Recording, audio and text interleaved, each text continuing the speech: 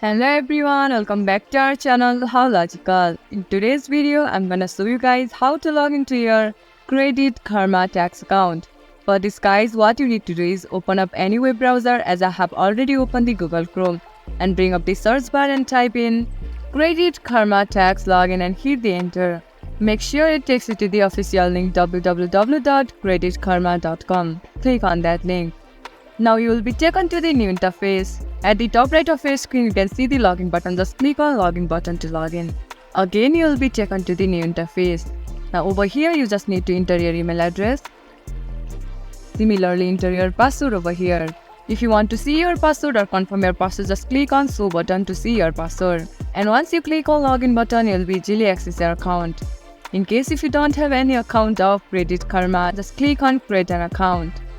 This much for today guys. If you guys find our video helpful, please leave a like.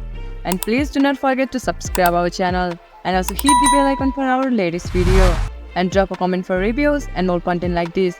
I'll see you guys again in our next video. Thank you for watching.